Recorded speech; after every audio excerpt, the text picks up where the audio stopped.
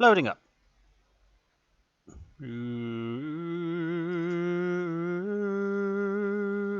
Fireblade. Hello again, I'm the Fireblades and welcome to Commander's Eye View. Now I'm currently in my JgdPz 4. Called that because it's a tank destroyer, or tank hunter, JgdPz, and it's built on the chassis of a Panzer 4. If you can see by the wheels, if you know your tanks, you'll know that that's what a Panzer 4 looks like. So I'm currently in one of the it's kind of like a plains map at the moment. I forget the name of it at this current moment in time, but here I've decided to take a bit of a flank with some of these guys, these two mediums. But I want to stay out the way because I don't want to expose my sides or my back to the enemy. This has got particularly weak armor at the back. I think it's only 20mm, and that is no good for a tier 7 battle. There's tier 5, 6 and 7s at the moment. Of course, the higher tier, the better the better the tank, I say, the stronger it can be, depending on certain things like speed, aiming time, accuracy, armor strength, and damage per minute, or DPM. So I'm going to have to keep a little bit out the way here while these guys tussle with these other tanks. Now I've come across another JgdPz 4, put a shot, well, try and put a shot right into the back of it, but somebody's beaten me to it. Now I've come across this Panzer 3-4 here, and I'm just drilling shells into it using the gun's relatively high reload speed. Managed to put a shot into its turret there and put it down. Meanwhile, my teammates have taken out this KV-1 that was also causing us some problems.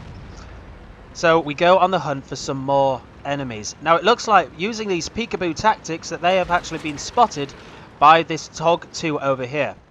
So my tank has quite a low profile, so which means I can get close to the top of the hill before exposing myself. However, I'm going to let this Sherman 3 take some of the damage. And here is Mr. TOG-2. I can put a shot into his turret from here, so I'm going to. The TOG is very, very well armoured, so it's going to take me a little while. I'm going to take one more risk, plant one right to the side of his turret, and hopefully this will be the end shot. Luckily someone took out the TOG-2, but it did hit me in the process. Now, if you can see above the driver's hatch, it actually planted a shot into me. Luckily, it didn't harm any of my crew, but it could have done. It was a very well-placed shot. It took off, oh, I don't know, let's see. Anyway, we come across two medium tanks here. Well, a medium and a heavy. I plant one into his lower plate and then I immediately hide, because I didn't want any of that. I know that I was quite exposed on this particular ridgeline, so I decided to stay away from the action a little bit. Let these medium tanks take over. And here we see an enemy artillery. Unfortunately, I couldn't shoot it at the time, so I'm a bit lost at the moment, so I decide to go forward and see what enemies I can pick up using the information on my map. Now there is a KV-3 over there, which is a pretty powerful tank, and an Su-100, Russian tank destroyer. Each of them pack a pretty decent punch. So I'm going to just make my way around here, trying to stay in cover and see what I can do.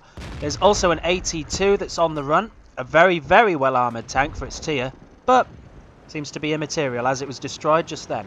Its weak point is a little turret at the very top. I've run into a rock, as is the custom for JgdPz 4 drivers. And we think now we can either cap the base and wait till the clock runs down, or we can just, you know, kill everything. There is 8 of us and 2 of the enemy, so we think we might as well. We can just overpower them. So here I come across one of the KV-1s, one of the remaining enemies in the game. And now I'm on the hunt. Sorry, it's a KV-3.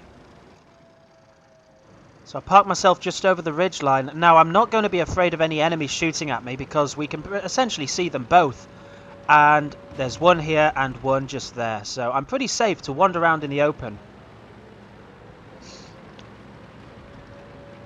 So now I'm just trying to get myself into a decent position. At this point in the game, the proceedings, basically, is a massive swarm around the remaining enemy. Now I seem to have got a sight of a KV-3 there, and I keep planting shots into his side there, and I get one more shot in.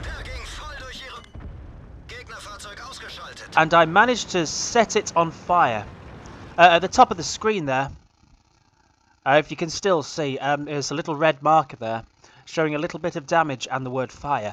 Luckily I managed to set the tank on fire, which does damage per second without anybody hitting it. It's a good place to shoot, especially if you've got a high penetrating weapon that can do lots of damage inside. So, I didn't get an awful lot of kills. I got 2 kills in the end. My damage was 1,407, so relatively good. But this is kind of a good way of playing tank destroyers. You kind of stay out the way and then unleash yourself in the end game when people don't expect you. So, that concludes my summary of the Commander's Eye view of the JgdPz 4. So, until next time, where we'll be playing something else, bye!